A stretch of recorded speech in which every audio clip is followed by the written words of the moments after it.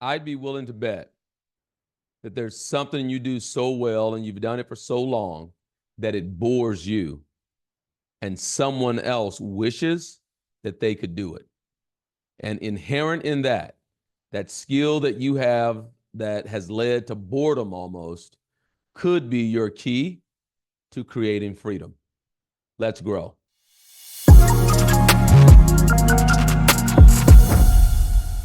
Often in the world of finance, there's a lot of talk about the compound effect, right? Or compound interest. I believe it was Albert Einstein who said, and I quote, he said, compound interest is the eighth wonder of the world. He who understands it earns it. He who doesn't pays it. And, from savvy investors, great investors of all time, financial advisors and those who are financially savvy and financially literate understand the power of compound interest.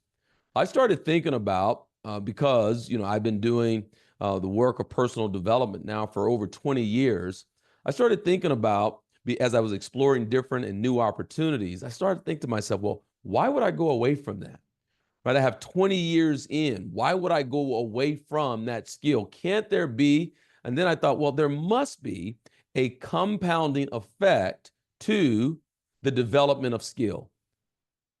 And that sent me down this rabbit hole of really identifying the compounding nature of getting really good at something over a period of time. So I'll say this particular episode may not be a very sexy episode because the reality is that to do this does take time. But the great news for you is that if you'll be diligent and look into your life, there is something that you do very well that others wish they could do. And inherent in that may be an extraordinary opportunity for you to either build a business, grow a business, or at the very least, transfer some of your skill, right? The compounding effect is essentially the nature of doing small things, doing little things over a long enough period of time to create and build that which you want. A text around this is a book called The Man Who Planted Trees. I remember reading about Jerry Seinfeld before he was, of Seinfeld fame and world-known comedian. He talked about how each night he would write one joke. He just started there. I'm just going to write one joke every single day. And he recounts how he would just mark it on his calendar. He had a calendar on the wall and he make an X. And, whenever he did he wrote a joke, he'd make an X, write a joke, make an X.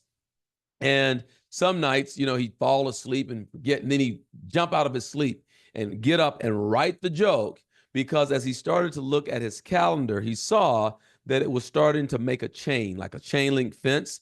And for him, it became this challenge versus himself, where he just simply did not want to break the chain.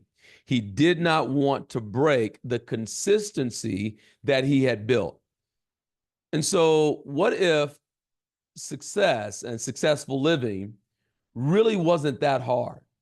I am determined that this idea of living a successful life, having a fulfilling life, having a life that matters, has been severely overcomplicated. And I see people in seminars and classes, and they're looking for the new thing. They're looking for it to be said in a different way. They're looking for, the latest book, the latest technology, the latest way of saying really the same thing.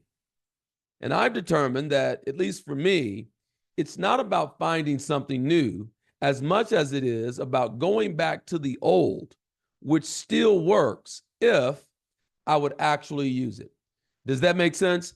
Have you ever found yourself down this rabbit hole looking for a new way, when in reality, the old way still works very effectively, very efficient as well, if you would just do it?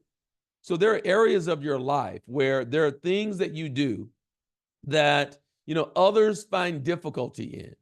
And you do it so well that even if it were a matter of you starting to teach it, therein could be a business or an opportunity for you that you don't see currently. So to understand then the compound effect, right, is to know that it really does apply to many areas. In fact, all areas of life we can identify a compounding effect of doing a small thing over time for a long enough period with enough consistency to get the result that you want. So it might look like for you then recognizing that already in you is an answer that you're seeking, because there's the power of incremental improvements, right? The power of incremental improvements builds confidence. It builds courage. When you know that you have, I remember a hedge, they were twin brothers. They actually run a hedge fund in New York. And I asked them the question one time. I said, how do you know when you've selected the right leader or the right CEO for one of the companies that you acquire? Like, what do you ask them? How do you distill it down? And one of them said, well, believe it or not, he said, this is going to sound wild, but what we've come to find is that this simple question actually reveals for us the type of CEO that we're looking for. And the question was simply this. They would ask a potential, or they would ask a candidate, what one thing have you done without fail every day for over the last decade or maybe even 20 years? Now, he says we go beyond things like, brush my teeth and, wash my face, but they're looking to identify a disciplined approach to living where they've fallen into their routine. I remember Peyton Manning of NFL fame talks about during the season and leading up to the season, like clockwork, he knew where he would be, and he was the word escapes me, but he was like ferocious about nothing gets to interrupt his routine. It's quite boring, in fact, he would say. It's quite boring, but I am like militant. I am unwavering in my daily routine, particularly during the season.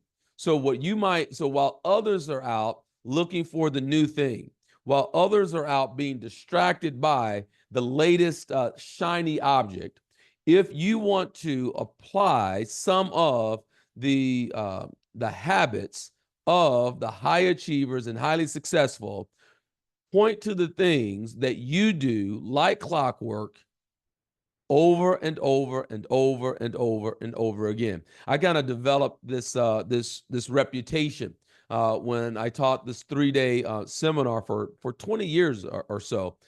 It was like you could pretty much within minutes come in, like let's say you attended that course and you were there 10 years prior, right? While I was still doing it, you could come in and within minutes on the same day, right? That same segment, and I would still be in that spot telling that story at that time. Now, others would look to get creative and they wanted to do, something fancy and let's add this to it. But I believed that what works continues to work. So as long as it's working, why go in and disturb it? So again, while others are looking for the shiny object, I want you to take on a disciplined approach to daily living, a disciplined approach to routine, because over time, the power of incremental improvements provides or creates confidence and leads to unshakable courage. Now, obviously, the key here is for you to be consistent, but in doing so, you build effective habits. You build these habits over time that once it becomes yours and it becomes ingrained, then it's automatic. And now that it's automatic, you don't have to consciously get yourself to do it.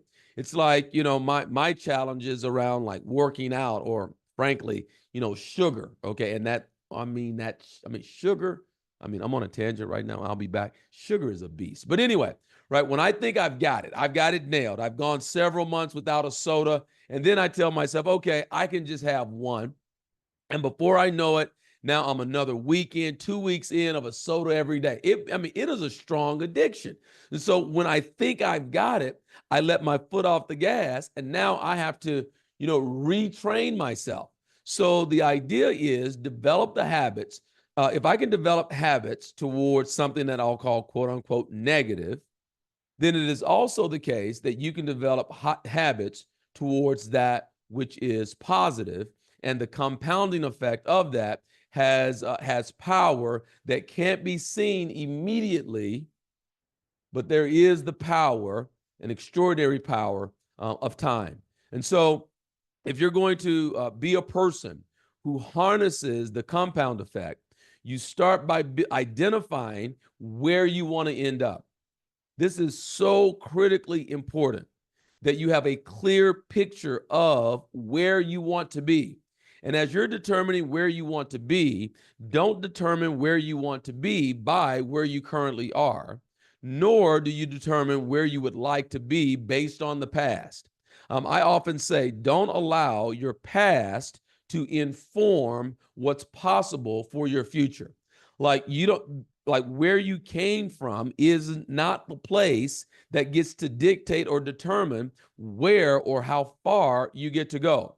So to say it differently, you don't have to consult your past about what's possible in your future. Don't do that, okay? Now, well, I can't tell you what not to do, but you get my point, right? Don't consult the past in determining what's possible for your future. Very, very important. Likewise, there are oftentimes a mistake that is made is we allow our current circumstances to dictate what our experiences can be, versus being one who is solution-oriented and willing to do what it takes. Give me a person who is resourceful over a person who has the resources. Like, no matter the extent of resources you have, they are finite, they are limited, okay? And your limits may go further or expand more than someone else's, but there's still limits. So I would take being resourceful over having the resources. Why? Because being resourceful speaks to the figure-outable, right? Being resourceful speaks to the figure-outable nature of having the life that you want and creating a life by design. Now, if every opportunity that presents itself is one that is like, well, I can maximize this opportunity, I'll say yes to this opportunity if I have the resources right now, well, you're going to miss out on a lot of opportunities, okay? Because your current state of affairs, your current situation, right? Your current resources are dictating what you can experience. Your circumstances are dictating what you can experience, because you're determining what you can experience based on your current situation, versus being a person who is resourceful. So a person who is resourceful just simply makes the decision that I want that experience, or I would like to have that. And now that I've determined that I want it, how now do I create it? That's a much different way of living your life. Some people live their life based on their circumstances, and others live their life based on their desires. Which are you? Is it circumstances or desires that dictate the actions that you take? I don't know, but I assure you it is a very, very important question to be able to answer for yourself. I hope that helps. If it does, don't keep it a secret. Let someone know that this podcast does exist. And if you haven't already, please subscribe to my email list at courtlandwarren.com/opt-in. And through that, I am able to communicate with you directly versus a reliance on the platforms. I appreciate you. Again, share this message with someone that you believe will benefit from making the distinction of, I will live my life from what I desire versus I'll live my life based on what my circumstances right now say I can have. We'll see you next time.